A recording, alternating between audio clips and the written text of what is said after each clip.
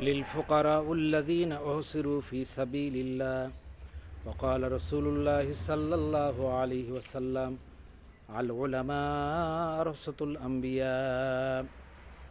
সমস্ত প্রশংসা আল্লাহ তাআলার জন্য, যে মহান আল্লাহ তাআলা আমাদেরকে মানব জাতি করে কুনতুম খায়রা উম্মাতিন উখরিজাত লিন-নাস তা'মুরুনা বিল মা'রুফ ওয়া তানহাউনা আনিল মুনকার ওয়া তু'মিনুনা বিল্লাহ।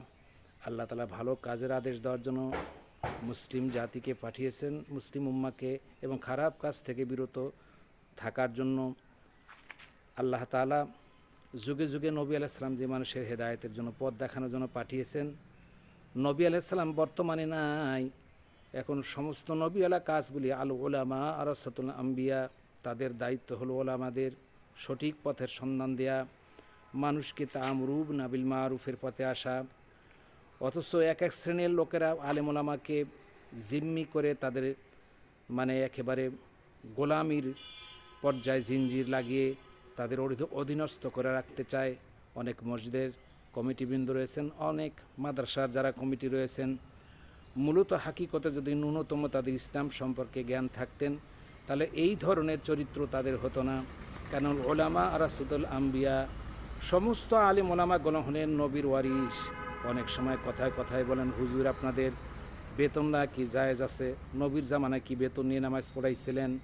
কিন্তু লিল ফুকারাউল্লাযিনা উহসিরু ফি সাবিলিল্লাহ, ফকির হলে দুনিয়াতে দুই প্রকার। এক প্রকার হলো আব্দুল বতন, যারা পেটের খাওয়ার জন্য গোলামি করে, আর আরেকটা হলো আব্দুল বাতেন, যারা আল্লাহর গোলামি করে, মানুষের হেদায়েতের জন্য, মানুষের পথ দেখানোর জন্য, মানুষকে ভালো কিছু দেওয়ার জন্য, উপহার দেওয়ার জন্য, সমাজ সংস্কারের জন্য তারা অমরম প্রচেষ্টা চালিয়ে যায়। নিজেদের অনেক হক নষ্ট করে।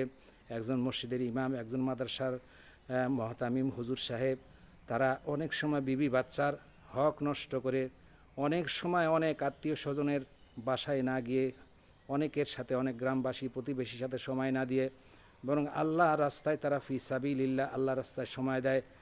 অথচ এত হীনমন্যতা নিয়ে অনেকে জিজ্ঞাসা করে, হুজুর বেতন নেওয়া যাবে কি না?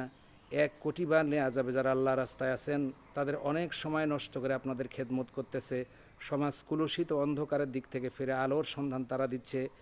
1 কোটি বার ওয়াজ করার পরে, ওয়াজ মাহফিল করার পর টাকা নেওয়া যাবে।